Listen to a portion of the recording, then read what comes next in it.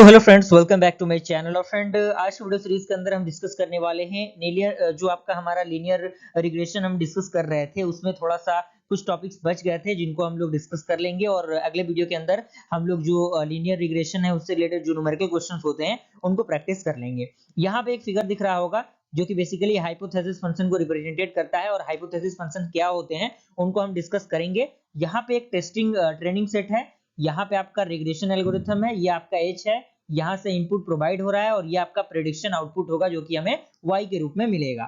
Okay, अब देखते हैं हम लोग फ्रेंड की hypothesis function for the linear regression क्या होता है।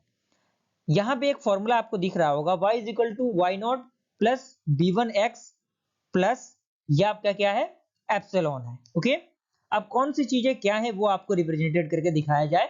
एक्स आपका क्या है, इनपुट ट्रेनिंग डेटा है जो कि इंडिपेंडेंट वेरिएबल को रिप्रेजेंटेट करता है। y आपके क्या है, लेवल्स टू डेटा है जो कि डिपेंडेंट वेरिएबल को रिप्रेजेंटेट करता है। और b0 यानी b0 क्या है आपका, इंटरसेप्ट ऑफ द लाइन है।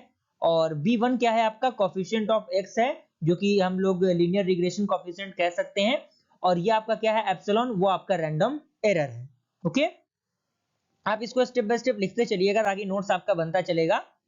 यहाँ पे कह रहा है कि while training the model we are giving the input training data as x and level of the data y as it is supervised learning. Okay, यहाँ पे कुछ चीजें और भी हैं, कुछ टर्म्स हैं जिनका डेफिनेशन जानना आपके लिए जरूरी है।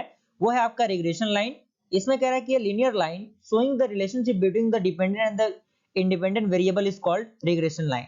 यानी वैसा लीनियर लाइन जो शो करता है रिलेशनशिप को किसके बीच में, डिपेंडेंट और इंडिपेंडेंट वेरिएबल के बीच में, वो आपका रिग्रेशन लाइन कहलाता है। उसके बाद आपका आता है बेस्ट फिट लाइन क्या होता है, जो कि हमने प्रीवियस वीडियो में देखा कि बेस्ट फिट लाइन एक टर्म हमारा आया हुआ था, लेकिन वो होता क्या है। इसमें कह रहा है कि it is the straight line that best represented the data on a scatter plot. यानी ये एक प्रकार का एक स्ट्रेट लाइन होता है जो कि डेटा को रिप्रेजेंटेट करने में मदद करता है।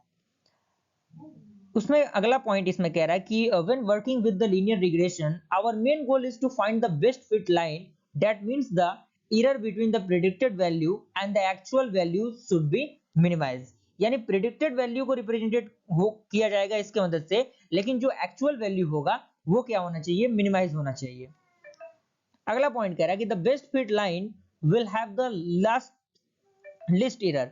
यानी जो बेस्ट फिट लाइन होता है उनके पास क्या होते हैं, लिस्ट एरर होते हैं। अगला पॉइंट कह रहा है कि the different value of both the given both gives a different line of regression. यानी जो आपका इंडिपेंडेंट और डिपेंडेंट वेरिएबल होता है वो क्या करेगा, वो different type of line of regression को रिप्रेजेंटेट करेगा। अगला पॉइंट कह रहा है कि to find the best fit line cost function is used. यानी बेस्ट फिट लाइन जो आपका होता है उसको फाइंड आउट करने के लिए हम कॉस्ट फंक्शन का यूज करते हैं। ओके, आगे हमारा है friend cost function. Cost function आपका होता क्या है, उसमें पॉइंट कह रहा है कि cost function is used to find accuracy of the mapping function. यानी जो कॉस्ट फंक्शन होता है उसका हम यूज करते हैं फाइंड आउट करने के लिए जो एक्यूरेसी होता है मैपिंग फंक्शन का, उसके लिए which maps the input variable to the output variable, and this mapping function is also known as the hypothesis function। और ये जो मैपिंग फंक्शन होगा इसी को हम लोग क्या कहेंगे, हाइपोथेसिस फंक्शन कहेंगे।